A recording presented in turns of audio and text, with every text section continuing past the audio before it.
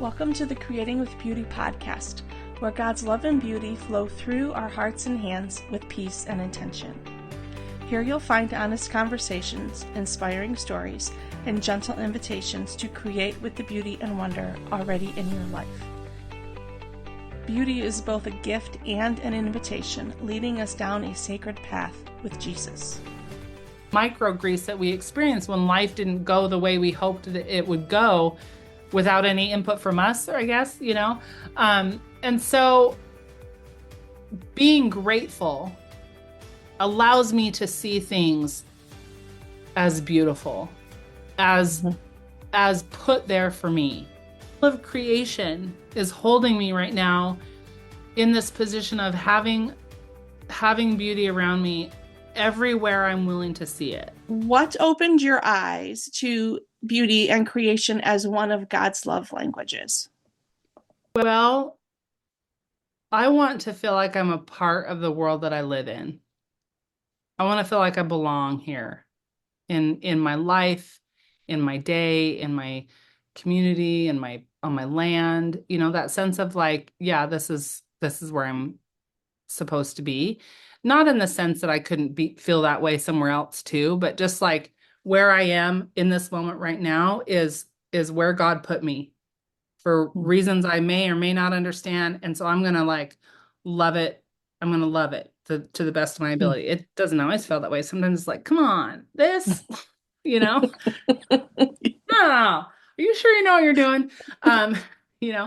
But there's, as cliche as it sounds, and I'm going through a season where this feels more potent than ever, is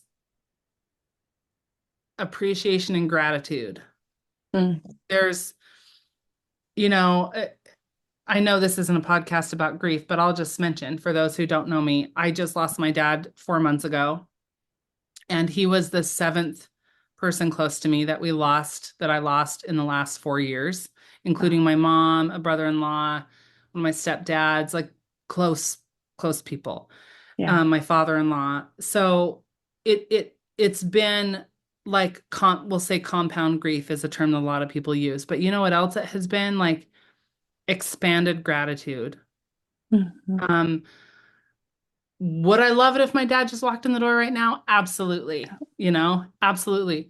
But the gratitude, like if someone were to ask me, and this has happened a few times in the last couple months, how you doing? My three-word answer is I'm gutted and grateful, because both of those things are true right now. I'm learning how to navigate with a map that my dad used to navigate for me, kind of a thing. Like lots of my own roles within my own life are changing. I'm having to be my own voice of wisdom now, because my dad was that for a long time, right? Like there's different mantles now that are on my shoulder for myself that it's just the way of it. It's just the way of it when we lose people ahead of us, whether they're parents or mentors or neighbors or people that we just really, really loved. And the only way I know how to navigate grief, here I am saying this after losing 7 people in such a short amount of time, all of them, every single one of them unexpected, and all of them very quickly, like within 24 hours they were fine, and then they were gone for most of them. Wow. Like very quickly. Is like there's no way I could navigate this without intentionally being grateful as much as possible. And that's not toxic positivity. That's not like spiritual bypassing. That's realizing what's real. Because I'm devastated that my dad's gone. And also I'm so grateful that he's not physically suffering anymore, that he didn't die alone in his chair. I could give you a list a mile long of all the things that I'm truly, genuinely grateful for, while also being really heartbroken that he's gone. Like those things have to coexist together. And I think even for people who haven't lost somebody, there's so many of us are walking around with some level of grief even if it's just in the context of like, oh, I thought I'd have things figured out by now. I was talking with one of my best friends. She's 2 weeks and 3 weeks and 3 days older than me. And she's a nurse and she's an amazing person. And she's sitting there going, what do I want to do with my life? And we were joking about, she's like, I thought I'd have it figured out by now, you know, and that as much as we can laugh about that, when we're alone, so many of us feel just so much grief about it. Am I going to get it together in time? Am I going to feel purposeful enough in time? Like all of these little micro griefs that we experience when life didn't go the way we hoped that it would go without any input from us, or I guess. And so being grateful allows me to see things as beautiful, as Mhm. as put there for me. Yep. Put there for me to be.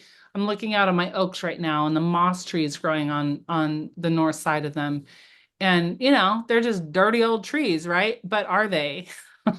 You know, Right. Right. they're also that's they just exist. And an acorn fell however many decades ago. Now they're this beautiful tree. All of creation is holding me right now in this position of having beauty around me everywhere I'm willing to see it. And I will talk to my husband sometimes jokingly, but half not jokingly, like, what am I going to do with my life? And he'll go, you're doing it. Mm. And it reminds me of like, oh yeah, the most important thing I could do with my life is be in the moment, be grateful, like being grateful and actively expressing appreciation to me are two different things. And I think they're both super, super important. And, so actively expressing appreciation to God for all of this that I'm grateful for. Mm. That awakens in me eyesight, spiritual eyesight, physical eyesight, creative eyesight that is just kind of half asleep when I'm walking around just understandably sad that my dad's gone, or understandably, bored with the internet or social media, or understandably exhausted with trying to keep up with algorithms, like all of that slowly depletes a spark. The Mhm. only way I have figured out how to, no matter what I do, no matter how many new art supplies or new classes or artist dates or all of those tricks, right? That we're all offered in copious amounts to inspire ourselves, all of them pale in comparison to mindfully being grateful in the moment. All Mhm. of them pale in comparison to that. They're all part of it. They're all fun. But if you only do those things and you never actively choose, like looking over my land right now, it's like, wow, look at our kingdom. Say that to my husband sometimes. Like, we live on kind of a hill and we've got 2.5 acres. And I can tell you the list a mile long of all the things that don't look right, that still aren't done, that don't, of the land. But when I just stop and I'm just grateful for how beautiful it is right now, like, wow, it's hard to put into words and it sounds so cliche and cheesy, but the feeling of it is really Mhm. potent. Yes. Yes. Absolutely. And I think gratitude is the basis for living your fullest life, really. Yeah, Having absolutely. intentionally having the eyes to see the beauty and the gifts and the things that he has put in your life. As simple as for me, this journey started back after a car accident, and it was Mm, debilitating. And that's when I started really tapping into my creativity. But I was in despair. I was in so much pain. I mm, was miserable. I had my daughter was like 2 at the time, and mm, and just the prognosis for all of it wasn't that great. And then it was like I remember taking my daughter out underneath the apple trees at the time. We had a picnic and we laid there and we looked at the clouds and we made, like we dinosaurs or whatever we saw in the clouds. And that moment changed me because I knew mm, that God was reaching me in that moment and telling me you have so much to be grateful for. And not in the not in a bad way, but that's how my brain was like, you have so much to be grateful for. Focus on Yeah. those It's a things. Focus shift. on the goodness that he has in your life, no matter how hard life gets. And if it's grief, if it's sickness, if it's cancer, if it's whatever it is, he's still there in the moss on your oak tree, Mm-hmm. right? Mm-hmm. Sharing a glimpse of his love for you was something so Yeah. simple, but yet so meaningful, because when we're raw in those moments is when we need it the most. And Yeah. that is what renews our minds, you know? Well, and it increases our capacity. And Yeah. in my experience, it increases our capacity to navigate the really challenging journeys. Yeah. I mean, I can't tell you how many times I felt like I don't have it in me. Whatever is going to be asked of me next, I don't have it in me. Yeah. And and when I just kind of like go to bed with that thought, I wake up with it, it lingers. I just keep not having it in me. But when I say it doesn't feel like I have it in me, but holy cow, look at how beautiful the orchard is right now. Yeah. Maybe and it's so for a skeptic or for a non-spiritual person's like, what? That's the dumbest thing I've ever heard. And that's fine. Maybe it's Mm-hmm. my own weird little alchemy that works for me. But there is something that about actively expressing and observing and experiencing gratitude that increases my capacity to like have it in me, whatever I'm Yeah. handling, and even if all it does is remind me that this too shall pass. Like sometimes that's all it does, but Mm-hmm. that's all I need in Yeah. that moment. I'm not walking around just um giddily celebrating everything. I have to work so hard right now at gratitude Yeah. because the heavier thing is the grief. The heavier thing is there's a lot of other heavier things. And so it's not and I consider myself, generally speaking, always for my life, very optimistic, very Pollyanna, very like imagining the best thing. And so being in a season of life where I feel like I have to work at that, it's really Mm-hmm. humbling. It's like, oh, okay, this is the real spiritual work of gratitude. It's easy to be grateful when everything's like all happy and cool and easy, Yeah. but when you choose to be grateful when it feels too hard to be, that's when it carries the most um it's like the warmest, most comforting, most empowering flavor of gratitude for me. Yes. Yes. That's a beautiful way to describe it. Absolutely. And I think you also touched on, there's a saying that goes around that says, God won't give you more than you can handle. And Yeah. that's not the saying. And I mean, I'm sure people say that, but it's actually, God won't give you more than you can handle without him. That, Mm. and so it's the seeking of him and the gratitude and the beauty. And the beauty is even in a smile from your husband across the room. It doesn't have to be like this magnificent, sometimes they are, right? But it's just the everyday simple moments, like you said, like the moss on your oak tree or whatever. Yeah. Well, and then how many of us, just to kind of piggyback on that, God can't give you more than you can handle kind of a thing. I think the most important work that we can do with that phrase is is being really honest with ourselves about how much God is giving us and how much we're doing to ourselves. Stephanie Lee, I You love you know? for that. Like You just say it like how it is. Yes. oh, I'm gonna sit here and put all this pressure on myself, but it's okay because God can't give me anything more than I can handle. It's like, wait a second, God's not doing this to me. I'm Right. doing this to me. Yeah. And I think sometimes learning learning the reality of that phrase is taking responsibility for the unnecessary weights we put on ourselves, mostly Mm-hmm. in our own mind, I think, Yeah. that this isn't about God putting this on us. This is about God letting us be who we're going to be and us deciding what we're going to do with that, or what are we going to do with these free thinking minds that he gave us? Are we going to use them to abuse ourselves or are we going to use them to create? Most Right. of us do a little bit of both, you know? I love that.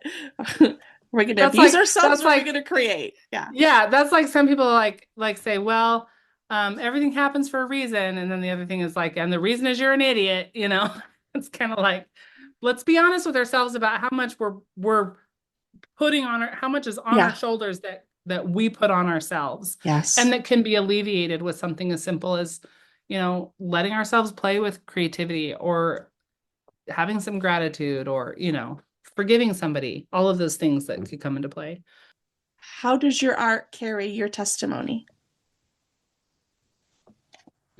I love this question so much. I explored it in my journal a lot before our conversation because I felt, just reading the question, it felt like there was a lot in me. And I was like, I gotta pull this out. And so I was pondering and reflecting on what testimony is to me. I grew up in a church. Testimonies were things that we shared a lot with each other. And it was usually in the context of, sharing our belief in the church, sharing our belief in God's love, all of that kind of stuff. But I thought, in a like, God is in my business, but he's not in my marketing, right? Yeah. Like, Mhm. I don't advertise that I'm a Jesus girl on my website. That's just what's going on with me. And I think people who want that everywhere, and there are people who don't. And I think both are equally as Mhm. authentic and true, right? So for me, I'm not uh, in my art career, I'm surrounded by at least as many non-Christians or non-religious or faith-based people Mhm. as I am, faith-based people. My community, when I really look at my conversations that I've had with one-on-one people, I would almost dare say it's a 50-50 split. I can't say for sure, but and so it's like, okay, wait a second. If we're not all gathering every Sunday in church to share our testimonies, what does that look like in my creative practice? Mhm. Because I think there are a lot of people who will never in this life have any desire to know God, Mhm. but they are going to experience everything God has to offer those of us that do know him. He's going to give it to them just as well, whatever they call it. Mhm. I think it's available to them as well. Maybe there's some limitations. I don't know. I'm not going to assert that I know that. And so, what does it look like for me as an artist in communities with people who aren't faith based to live out my testimony? If I know that it's not about sharing God with them in the way that's, so kind of like open and obvious. Like, what Mhm. does it look like to share the love of God with somebody who isn't interested, kind of a thing, right? Through creativity. And I don't consider it my life's mission to proselyte, but at the same time, I'm an extension of the creator. So on some level, how can I not, in a way, Mhm. right? So it's like I'm always kind of like navigating that question. But for me now, in this context, my testimony is more about like living and sharing in a way that like it's like I'm sharing my personal experiences Mhm. of God's love, of experiencing grace, of more than anything, experience the transformation that Mhm. can that comes through those things, right? And all of that can exist and be expressed, even if someone doesn't agree with who I think deserves credit for that, right? Even Right. if someone doesn't give God that credit, it can still be really beautiful medicine for somebody. And so that has been, I think, one of my first um, agreements, I guess, that I've made with God is allowing my testimony to exist in a way that doesn't always look like church testimony, Right. because Mhm. he's not here just for those people, Right. and I don't consider myself responsible for bringing those people to him.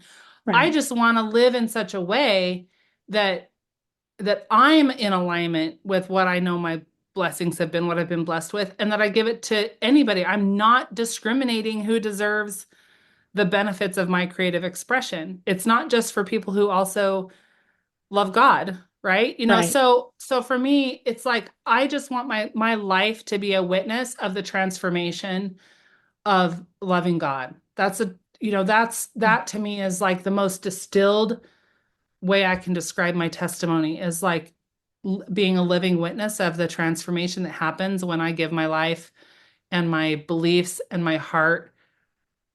And I also like, I know a lot of Christians really have a hard time with the idea of like co-creating, but like being willing to do whatever work it takes alongside the work God's doing in me to also show up and do whatever work I need to do to keep my heart in a good place, right? Right. So, and the whole and then when I go down the line a little bit, like, well, okay, well, why does that matter to live as a witness, to live out my testimony, not necessarily of any specific doctrine or dogma, but of a loving creator. Like, what does that look like? And why bother? And for me right now, it's because we we all have the opportunity and the invitation to create a rally cry for the people that we have the ability to influence. Mhm. And what is my rally cry going to be? You know, and it's kind of like the cyclical thing of like when I really walk in my testimony, when I really live in gratitude for the transformations that have happened in my life that are continuing to happen, what do I know because of that? What do I now know because of that? And that's what comes in. That's where the encouragement to other artists comes in. Mm. Like, I'm not necessarily here to encourage everybody to make art. That might not be the way that you express yourself the most authentically. Right. I'm not even here to tell you that everybody's a creative person. We all get to decide what creativity looks for us. But I want to encourage people to do whatever that thing is that you you're scared to do, that you're hungry to do, that you're curious about doing, and trust that you'll figure it out and trust that it's going to be good for you. Like that's kind of my rally cry. Like I may only be a half a step ahead, but it's enough to drag you along kind of a thing. Not to um not to pretend to have any sort of like supernatural knowledge or having evolved spiritually so evolved that I don't struggle with, Right. human things, but to say like, look, we're all in this together Mhm. and whatever this thing is, we can make it really, really beautiful. Right. And just do it scared. Do it messy. Do it confused, create in whatever way. Make a new friend if that feels scary. Paint something if that feels scary. Like figure out whatever that thing is that feels just scary enough that if you do it, you're like, wow, I did that, Yeah. you know? And that would be the value for me more than anything of cultivating my testimony, nurturing my testimony is so that my rally cry can get clearer and it can be sharp and clear enough that if somebody needs to hear it, they can hear it. I'm not muffling it. I'm not spiritually or metaphorically or physically muffling my voice. Yeah. I'm using it to call out to anyone that wants to come along with a journey of being messy and brave anyway, in whatever way that looks for them. And it Right. shows up in so many things. It shows up in our relationships and in the way we care for our bodies and in the way we create art and in the jobs we take or don't take. I mean, it shows up everywhere. Yeah. So it's not exclusive to artists or creative people, but I feel like we artists and creative people are lucky in that we have kind of boundless ways that we can express it and we can just call it art and nobody thinks it has to make sense, like, oh, she's an artist, I don't get it, and you're like, yep, you don't have to get it, I'm working out my stuff here, right? I love that. Oh my gosh. It Yeah. doesn't have to make sense. Yeah. No, it doesn't Yeah. even have to make sense to me, and most of the time, to be fair, it doesn't. Most of the time something I'm doing, I don't know if this is going to make sense to who. Doesn't matter. That's one of Yeah. my inner critic things is it needs to make sense. And I'm like, does it? To who? That's What does it mean to make sense? And it's like, can't answer that. okay, but in the art that I've seen that you've shared, I've never looked at it and been like, that doesn't make sense. Exactly. Right? So why am I sitting there in my garage worried that it doesn't make sense to anybody? Right. Thank you for confirming. You're welcome. Melanie says it makes sense. Like, I don't look at it and go, it doesn't make sense. No, you look at it and you go, okay, well, what's the meaning here? Or it's beautiful. Or is she trying to say something? Or like, again, like with the image of you with the flowers, or, Hmm. um, oh, you did some encaustic pieces, I think, for a coffee shop, Hmm. and you had the birds flowing through. Like Hmm. those were beautiful, right? So did you ask if those made sense? Because right, like the Uh, point is to make us yeah. feel something, right? And so Yeah. if we're looking at art, we're looking to possibly feel something or see something Yep. different. We're not going, this doesn't make sense. Now, Yeah. I will say there probably have been other things, not you, but stuff that maybe I don't look at. And granted, it's art, and I will be like, I don't understand that. So maybe it's Which subjective, is right? different than that doesn't make sense. Yeah, I don't true. get it is different than that doesn't make sense. And that's what I mean, Yeah. where I run into it is if I'm in conversation with like fine artists who are very academically trained and Yeah. all of that's wonderful and good. It doesn't make sense to them what I do, and that's totally okay. Oh, yes.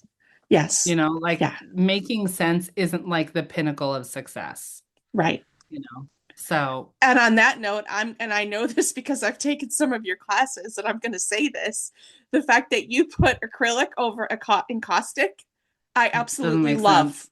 I absolutely love it though. Do you know how freeing it was to be like, I Hmm. can do this and it's not going to Hmm. fall apart, and Hmm. yeah, get the little bit of texture from, yeah. Yep. Yep. Yep. Anyways, It this just was, doesn't make sense to be able to do that, but here I am doing it anyway. yeah, for And like now 20 here you years or are so. doing it. Oh yeah, Yep. I do love it. There's such satisfaction of putting the paint in and then wiping it away and seeing it fill those little pockets of Yeah. encaustic. So, Yep. but to other people to professionally trained encaustic artists, that doesn't make sense, but that's okay. Yeah. And just to clarify on that, there's good reasons why there are rules about what Yes. mediums can go together. Yes, And absolutely. those reasons are based on a specific set of criteria. Yeah. And if you change the set of criteria, the rules change. Yes. Right. That's one of my favorite things to figure out is how might this rule like why is this rule legitimate and how might it not be legitimate? It's Yeah. not about breaking the rules just to be a rebellious little punk. It's about being endlessly curious to know why something works together and how might it be different if this criteria changes. And will I Right. like the end results better? Yeah. That's all I care about. Well, not all I care about, but that's a big part. Like, do I Right. like how it ended up? And I know that's like taboo to say that the end results matter to me, but the end result isn't necessarily the finished piece of art. It's the end result for me is whatever answer I get to whatever question I had. So Oh, I had okay. I had X question and then I did it and here was the end result. That doesn't have anything to do with whether the art's done or not. So to me, those end results matter because they answer the questions that, I love bringing to the process. So when you create art, like this Hmm. is a broad question. So when Hmm. you're creating, when you go into your studio or wherever you're creating now and you start to create something, are you always answering questions? Or is there sometimes you just make to make or Well, both are true. okay. Um, and to the degree that I'm answering questions, yes. And what that looks like is what happens if I do this, Yeah, which can okay. also be what I'm doing just to make, Yeah. you know. If I glue this paper down, does it answer if I put this piece of collage material right here in this spot, just for funsies, does it answer the question of making that spot feel better? Okay. You know, Yeah. so sometimes the questions are just more like creative impulses. Sometimes they're very like defined questions. What happens if A and B? Do you get C? Yeah. But I mean, I think the process of creativity, for me anyway, is an endless journey of answering questions. Right. Right. I guess I was thinking more because a couple times now you've said like the plaster gesso, you Hmm. answered a deep question which changed how Hmm. you made your art, Hmm. right?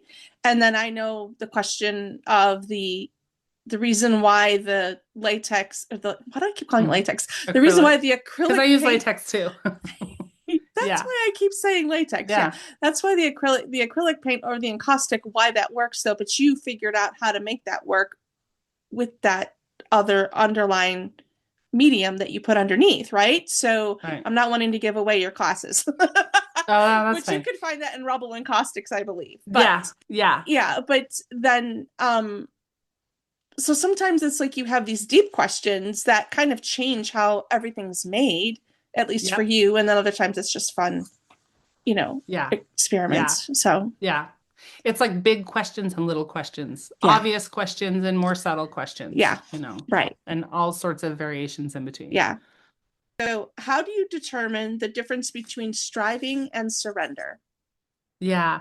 So this has been a really big part of my journey just as a human the last, say, decade. Is like, what does it even look like to surrender? If I surrender, is anything going to even happen? Aren't we supposed to just strive and progress and grow all the time? Like always kind of like not wrestling, but like f trying to figure out which is the right one, right? Striving versus surrendering. And for me, the way I define it in this context, if I'm going to create contrast between the two, striving when it's done from this like self-reliant, egotistical, I'm gonna conquer this thing, me, prideful sometimes. Um, when it's really attached to the outcomes, that's the kind of striving that for me is exhausting on all levels. It's frustrating, it's exhausting because I can control outcomes half the time. I'm I'm just like clenched up in all ways trying to create those outcomes that I can't control. A lot of the times the striving is rooted in some sort of fear. I'm either trying to make sure something happens that I'm afraid won't happen, or I'm trying to make sure something doesn't happen that I'm afraid will happen. That's the kind of striving I'm not about. But I'm also not about the kind of surrender that looks like just sitting there waiting to be told what to do. Mhm. That's and I'm not just talking about like for a moment. I'm talking about like for your life, right? Like Yeah. I was in a conversation with a friend, and this might kind of like rub some people the wrong way, but I was in a conversation with someone within the last year where they were making a big change in their life. And I knew this person well enough to know this is a change this person really, really, really wants. And it was a completely fine, beautiful, wonderful change. But what was interesting is in the conversations that we had about it, all the person ever said was, "This is what God wants. I feel like this is what God wants for me. This is what God wants for me." And I just remember thinking, like, did you know it's okay to just want it yourself? Like, don't like it felt like that was the way they could justify making this big change was to convince us that God wanted that for them. Mhm. And I'm not here to say whether God did or didn't. That is not my place to say. Right. But it was so interesting to notice how anxious this person was to convince us that that's what God wanted for them. And I remember thinking, like, God wants for you what you want for you. That was in that context. I remember thinking, like, it's okay to just say, like, I really want this new experience, God. Is that okay? Like, can I do this? And I feel like a lot of the times we're waiting to hear what's right according to what we think God wants for us. And a lot of the times, not always, but I think a lot of the times, God wants us to make whatever we have the right thing. Mhm. Like bloom where you're planted kind of a thing, right? Like we're looking for something else always to be the right thing instead of making the thing we're in the right thing with by doing all the same sort of inner work that we're going to have to do no matter what guidance we follow. We still have to do our own spiritual homework and cultivate our testimony and cultivate a connection with God no matter where we are, whether we're where we think he wants us or where we think we're stuck, that we're trying to make good, all of that kind of stuff. But the surrendering that, to me, there's a dark and a light side to striving and a dark and a light side to surrendering. I don't think that they are the opposite of each other, that within each one there can be an opposite. And so I want the kind of striving that knows that whatever good I have now was what I used to pray for, which means there's good still ahead of me. And I want to strive to be the person that is able to receive that good. Yes. I want to strive in my to be clean in my character, to be to have an open mind to hear whatever God's messages for me in that moment, or whatever I need to like correct in myself. That's the kind of striving I want. The surrender comes in where that will lead me. Like what the benefits of all that striving is going to be. I can have an idea of like, hey, I'm going to strive to sell 100 pieces of art this year. Well, my job is to create the art and to do it with joy and authenticity and to create beautiful art, not to just, oh, I gotta hurry and get 100 done, that kind of a thing, like that kind of like anxious, fearful striving versus like, I'm gonna just keep creating beautiful art and I'll stack them over here in stacks of tens. And then when I have 10 stacks, I know I have 100, like sort of kind of a looseness about it. And I'd like to sell all those this year, but the surrendering is going to come in with with um who buys them, how quickly they sell, where I sell. Like there's still going to be some kind of surrender that comes into play. And so for me, when I know that I'm doing something, I'm tense, I'm anxious, and I'm in fear, that's the shadow side of the striving. When I'm trying to control some sort of outcome. But if I'm striving because I can see where I want to grow, I can see where I have an opportunity to grow, and it's going to create some discomfort. Like if I want to be able to run a mile, I gotta start by striving to run a tenth of a mile, right? But it's the kind of striving that's uncomfortable. It's hurts. It's gonna make me breathe heavy. I'm probably gonna sweat and get red-faced, but it's not because I'm afraid I can't get a mile if I don't do this. It's like, oh, and I know what I'm working towards. I have this goal. I have this vision. I might not ever be able to run a mile. That's where the surrender comes. I'm going to do what I can to grow to be most likely to be able to accomplish that goal. But maybe I'm going to strive to run a mile because I'm going to go on some hike up a mountain and that endurance is going to get me up that mountain and it's not a mile. Like it could be just something totally different. So the surrender comes mostly in surrendering what the outcomes are that I think are best, while also holding the faith that there might be something even better. And so my striving is going to come in developing myself, developing my own courage, being willing to do uncomfortable things that have positive net results. It's such a kind of a mercurial thing to explain, but so many of us are terrified of discomfort in any way, shape, or form. And so we've created all of these like ways of describing it, like, I'm the discomfort of um we have doom scrolling habits. We eat way too much sugary food. We avoid making phone calls. We sit around too much. Like we have all of these habits that we've created because doing the opposite is uncomfortable. But it's the discomfort of doing those better things that makes us the person capable of creating or receiving the things that we really want. Yeah. So that striving versus surrendering thing, I think more than anything, it's just really important to remember that they're not opposites. Striving and surrender aren't opposites. They can each be amazing or each be really limiting, depending on and for me, the best way I know how to determine where I'm at in those is, asking myself, like who do I want to be in 5 years? And Hmm. that's not the same question of like, where do I want my business to be, or how much money do I want to have, or any of that. It's who do I want to be? How do I want to feel? Do I want to be lighthearted and in love with my life and excited about whatever it is I'm creating without being specific about it in that moment? And if so, let's kind of like, reverse engineer it. They say, like, how do I need to be thinking about myself right now in this moment? How do I need to be thinking about this challenge in front of me? How do I need to be thinking about, like, what's the perspective I'm going to need to cultivate about these things that I'm going to have to do or experience or create to be that person? And so it's like this kind of this back and forth of striving means you have some sort of vision, which I think is super, super important. But I think the vision of yourself and who you are is the thing that matters more than the vision of any sort of accomplishments. Hmm. So, so Beautifully there. said. Thank you.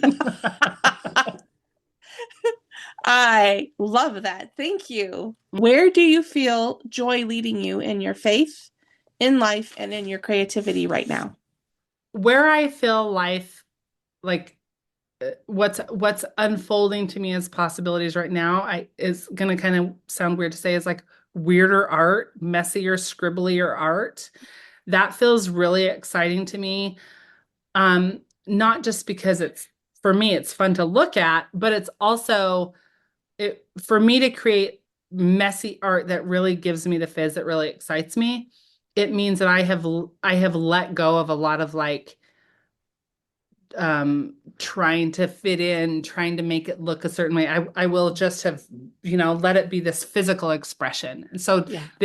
the indication of that's really exciting to me.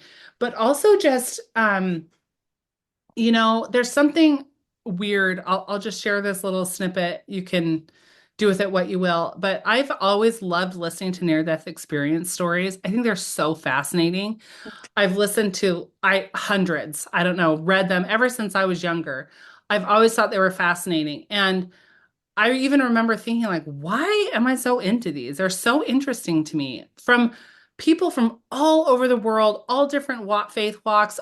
And one thing that every single near-death experience I have ever listened to has come back saying, whether you believe in the near-death experiences or not, the theme that's always the same is when these people who've had these experiences come back, they say, all this trivial stuff that you're really worked up about, none of it matters.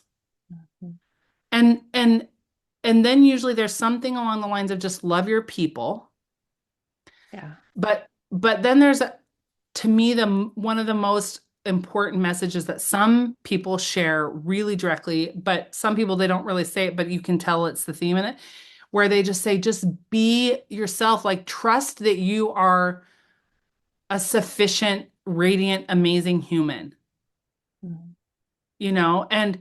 and there's something really interesting about and this is something I just feel so grateful for in this, even in my grief, is like there's something about losing these 7 people that I've loved so much, that have been in my life basically my whole life, that is kind of like a near-death experience in that all of this stuff I was worried about, that I've been so worked up about, doesn't matter. And it's not that we've done anything wrong worrying about it. That's just part of the human experience. Worrying about our thighs or worrying about our bills or worrying about our that's all just part of the human experience. Nobody has done anything wrong when they've worried about it. But there's a waking up that can happen, right? Where we realize, wait a minute, that's not where I want to put my energy in worrying about stuff like that. I want to put my energy into like not just like loving people, but figuring out who I am and loving myself. Like Mhm. really loving this being that God created and loves beyond description. That's that to me is one of the best ways and I can imagine to honor God is to love me as his creation.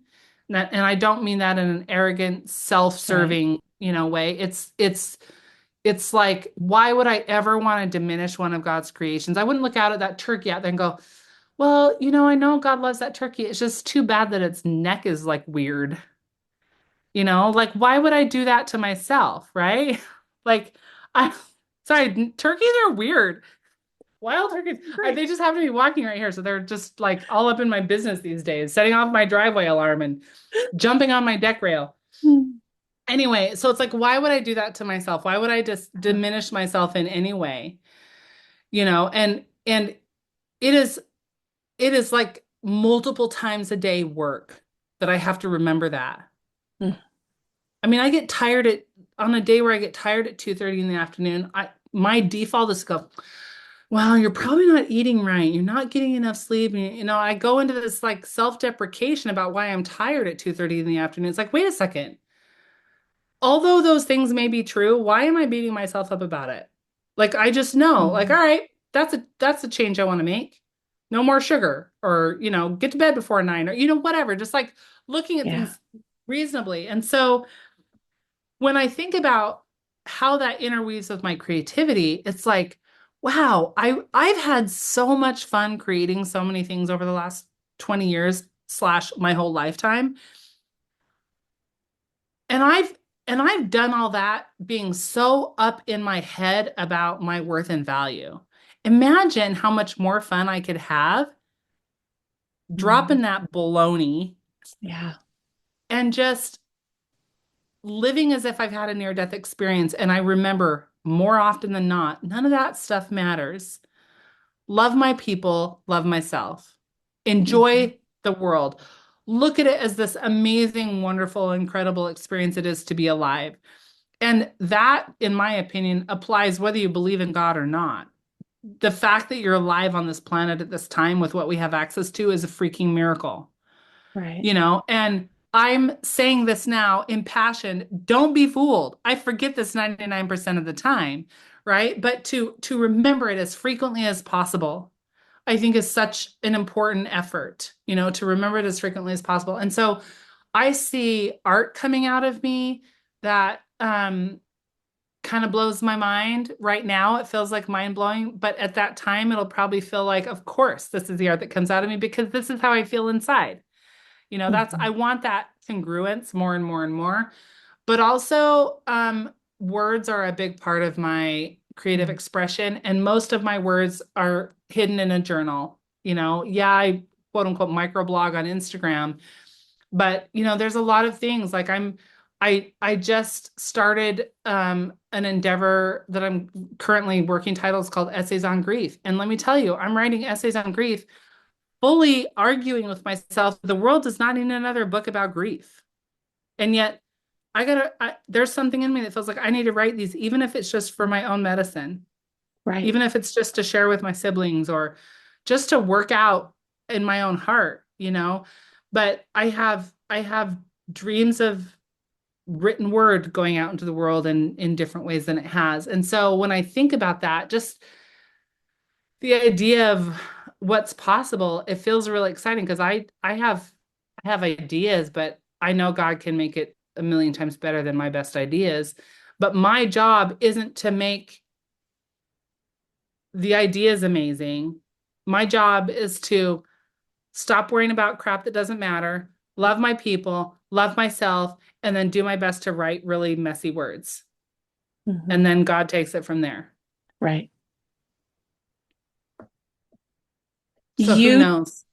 you taught a class one time with Jean Oliver. Hmm. Um, I think the in between, something the in between, and I you did a video and there was like a collection of classes that she did. And you did a video in that about journaling and Hmm. that changed me. I have to share that with Mm. you. Mm. Your tips on how you journal, why you journal, ways to journal. I mean to this day I think I wrote every word you said. I'm not kidding. I Mm. Oh, I'm paused so and wrote glad that helped you. sentences, wrote Mm. sentences and then played and because it was so inspiring and so encouraging to tap into those words. And Hmm. so, as someone who has experienced what you've shared from your journaling, and how it's impacted me, I'm totally encouraging you to put your words out there Mm, in whatever way you mm, feel good about doing, because I know it will thank help you. people. Yeah, it Thank really you. will. Yeah. When I think about like, this is kind of a weird analogy, but when I think about like the energy of creation, whatever that would look like, maybe it's light, maybe it's vibration, whatever the things science would call vibration or light that God used to create me, I feel like you put a lot of it right here in my throat. Mm, There's a lot of energy in my throat, and I think that's just symbolic, of and maybe for other people they feel it other places, but I think for me that's symbolic of like my words are a part of what I came here to use. hmm And let me tell you, there's nothing like telling a little kid she talks too much to shut that down. So I'm doing a lot of that work right now of like Yeah. not only trusting that I have important things to say or things to say that it might be useful or helpful to somebody, but like doing the work of only saying the important words and not saying all, because I got a bazillion words, right? Some of them are probably just for me, Yeah. you know. Right. So that's probably going to be a lifelong ongoing journey. But like to Absolutely. honor whatever God put right here on my throat, what does it look like to honor that? You Yeah. know, does it look like just closing my mouth and swallowing it and holding it there? Or does it look like, letting it out, writing it out? And writing usually comes before the spoken word for me. And that really helps me hmm kind of clarify, so. How has vulnerability cultivated your work and inspired community? Well, I have a tenuous relationship with the word vulnerability. Okay. I understand the spirit of it. hmm I think I think a lot of us weaponize it against ourselves. Okay. Um, Kind of like if I make sure I'm vulnerable, then that will prevent you from criticizing me, No. And that's fine. I'm not here to say people should or shouldn't do that. For me, I've had to um recognize that what vulnerability is to me is honesty, being Mm. honest about something that feels really tender. And by sharing it, somebody might weaponize it against me. Somebody might hurt me with it. Somebody might unintentionally say something about it that like stings, right? Yeah. But but that's not it's not my job to make sure I respond a certain way. And so if I'm going to be honest in the sense in the flavor of vulnerability, I also will do myself a big service if I um kind of like square up. I don't know, that's not quite the right word, but like stand tall in my honesty and just own it. Just own my Mhm. honesty versus, oh, I have this little honest thing to tell you, but don't hurt me, don't hurt me, don't hurt me, Yeah. And that's a range, right? That's a spectrum. I'm not saying Right. it's just one or the other. But I if what's my honesty for? What's the vulnerability for? If it's to give other people courage, but I offer it really weak and afraid and timid, it's only going to be able to offer anyone so much courage, So vulnerability is tricky in that when you are honest, you are exposing a part of yourself, Right. but are you exposing a part of yourself to be coddled and reaffirmed and and like for other people to tell you you're amazing? If I'm vulnerable, then other people can reaffirm me versus if I'm honest, I'm owning who I am already. Right. And it's a little tricky to describe because I'm still like working it out for myself, but there's a confidence, there's a sturdiness in honesty that I don't feel like I have when I'm in that sort of tender vulnerability state. And I think there's a place for that vulnerability. That's, Hmm. with your spouse, with your beloved, with your therapist, with your people who will never weaponize this against you. Right. I'm not convinced that social media is the place for vulnerability in Whatever that gave you that flavor, idea? right? In that flavor. And that isn't to say don't be authentic. I'm Right. just saying like own it. Own your Right. authenticity. Like speak this like really scary thing, but with a little, even if it's just a tiny little bit of confidence and just like, hey, here's where I'm at. Yeah. Like, you know, here's what I'm struggling with. Here's what's tough. Yes. And if you're doing it expecting or demanding or requiring that other people see you, I say that with air quotes, see you and hear you and affirm you, and you're not doing that to yourself, I think you're being vulnerable for the wrong reasons. Right. That's just my opinion. Right. Yes, Right. everybody wants to be seen, but a million people can see you and it doesn't matter if you still don't see yourself. Right. And I would say that see the word vulnerable, when I think of the things that you share, some Mm-hmm. of the things that you share, to me, Mm-hmm. from the perspective of the definition of it, you Mm-hmm. have come across to me at times, as you're sharing your vulnerability, but you are sharing it in the way where you did this square up. I'm being Mm-hmm. honest, and this is where I'm at. And I think that that reaches people. I mean, it reaches me, Mm. and I'm sure it reaches other people. So I think you are living out what you just described in what I see as far as vulnerability that you share on social media, which again Mm-hmm. is its own realm of whatever that could be. But I do Yeah. see you squaring up. This is honest. This is my journey.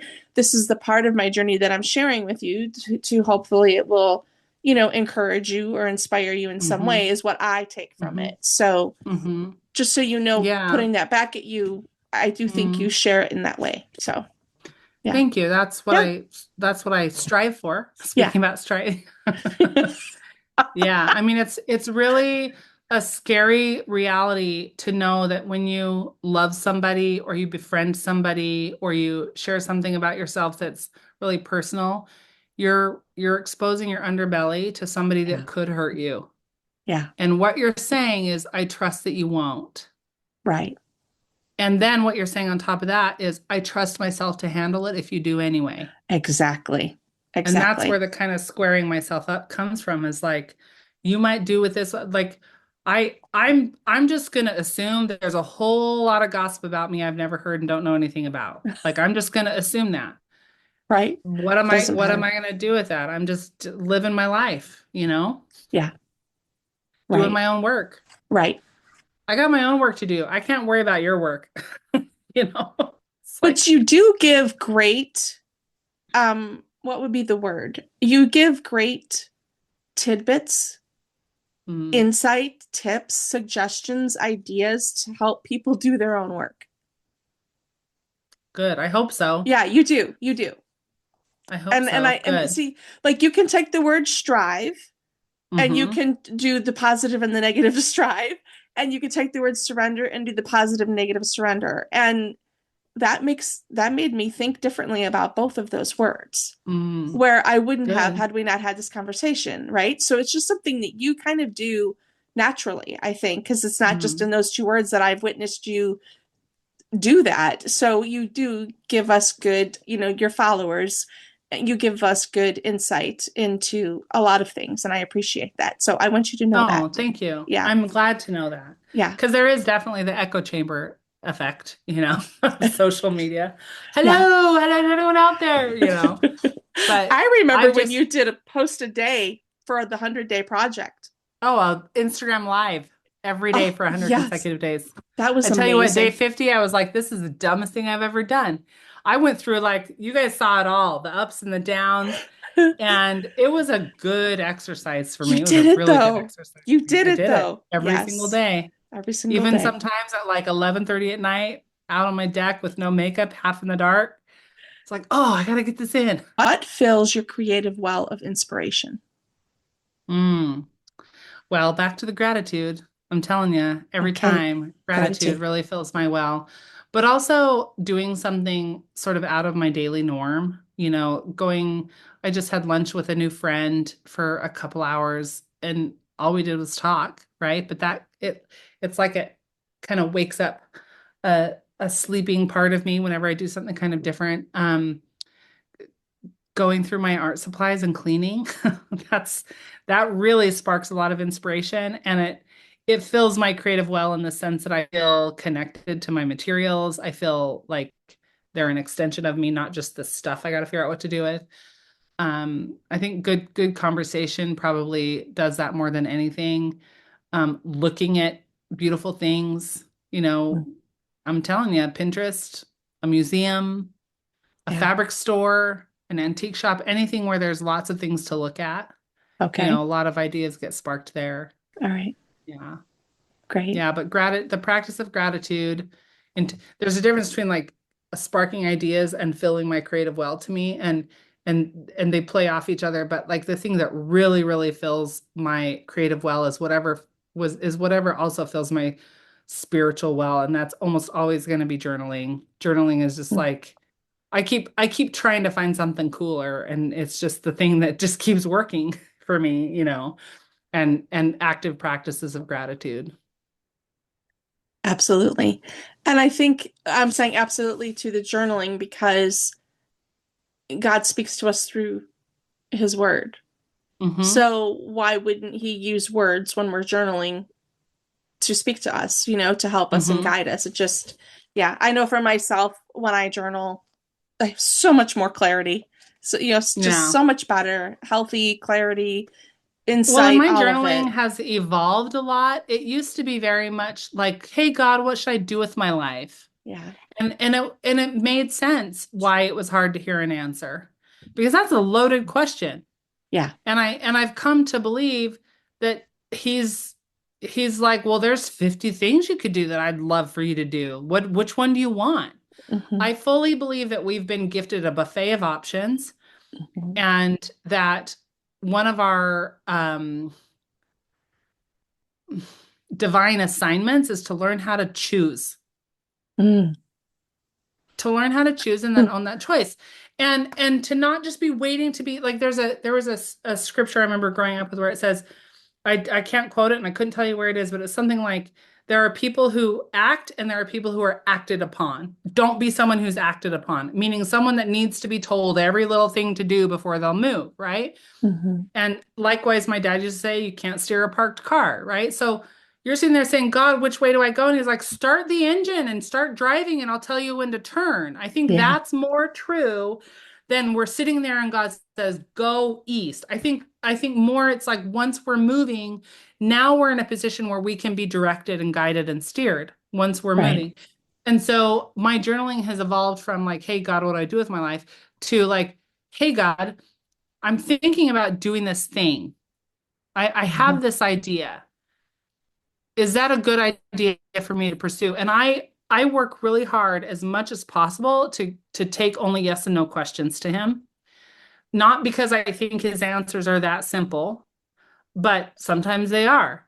But because that's an answer I can feel. I can feel I am, and I don't know if this is true for everybody, but for me, like I know what it feels like to take a yes or no question to God and to feel that like warmth of confirmation versus what I grew up being told a stupor of thought. Anything that feels like confusion, lack of clarity, to me that's a no, at Yeah. least in this context. So if Right. I can bring this yes or no question in my journal like, "Hey God, I'm thinking about this. Tell me what I need to know." And then I my journaling, a lot of it is writing a letter to God about something specific, ending it with like, "Tell me what I need to know," or is this a yes or a no kind of a thing?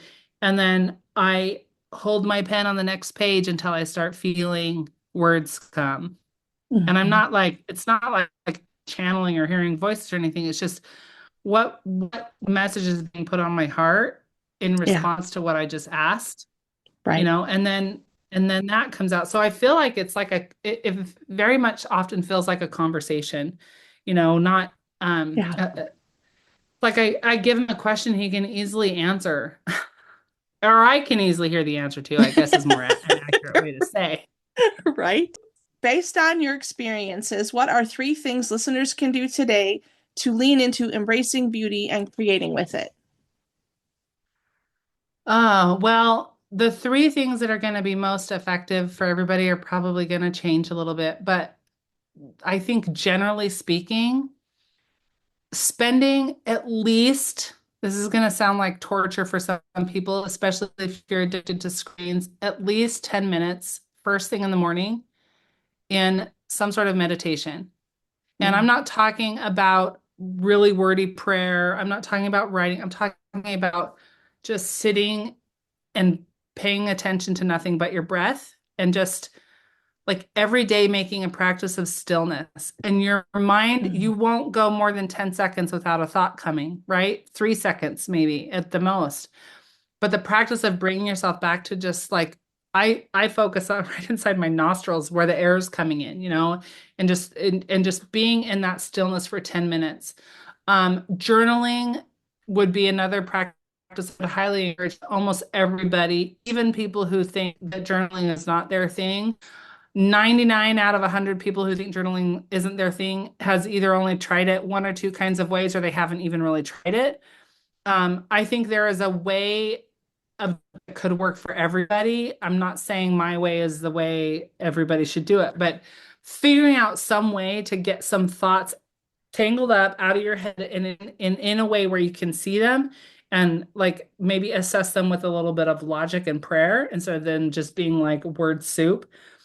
And then I guess the third thing would be whatever it is that you're curious about creating, just go do that thing. I know that sounds so cliche, but so many of us think we need to know a little bit more or to have more time or to have people supporting us or to know how it's going to end or to have a space cleared. Like the reasons people give for having not pursued something they're curious about pursuing are endless. And if you find yourself thinking, well, yeah, but I don't have a space. Well, what if that doesn't matter? What if I do have a space? Where might it be? On my lap in the car? Like come up with come up with some solution. Don't let the excuses win and just experiment for 30 days or 60 days or 90 days with just going all in on exploring that curiosity and see what happens. And you might get to the end of it and go, well, that wasn't any fun. But now you know, and you can do the Mm-hmm. next thing that you're curious about. So like how at 48, I'm looking at people like young people in their 20s that started businesses during COVID and they're talking about how long it took them. And I'm like, girl, that was 3 years. It took you 3 years to get 200,000 followers, and you're talking about how long it took you. It's taken me 20 and I'm still not, like there's a whole Yeah. idea of like how long something takes is so subjective, but like stop dilly-dallying. We don't, I want to say that on one hand, we have all the time we need. So many of Right. us, especially midlife women, feel like running out of time. On the other hand, why do you want to waste any of it? Right. Doubting or waiting or wishing something or thinking something needs to be better first, thinking your husband needs to support you or that your kids need to get it or that your friends need to do it with you. Like, why are you wasting any of that time that you have plenty of? And Yeah. I'm talking to myself here too, because I'm Right. super guilty of this. Right. But yeah, those would be some tips. And it's gonna feel super awkward. It's gonna feel embarrassing. It's gonna feel all sorts of things. And so what? So what? What's the alternative? You sit there and Right. wonder. You Yeah. sit there and think someday, what's the alternative? That's a really potent question for me a lot of the times. What's the alternative? Usually I don't want the alternative. So yeah, those would be some recommendations I would have. Okay. Wonderful. All right, Stephanie, thank you so much for your time today in this wonderful interview. I can't wait to share it. And I will post all of your links and everything below the video and in the podcast description. So, where can people find you the easiest, though? Well, I'm most active on Instagram usually, which is Stephanie Lee Maker, all one word on Instagram. But my website is stephanieleeart.com. That's where you can find my whole library of classes and you know, work that I have available, that kind of stuff. But I'm most active on Instagram, and then again, my classes are on my website. So Great. either place is Wonderful. good. All right. Thank you, dear friend. I'm so happy we got to connect here. Thank you. Thank All you. It's right. been an awesome conversation. Good for me. Good for me too. It's All super right. good for me. Thank Thank you. you. Bye, everybody.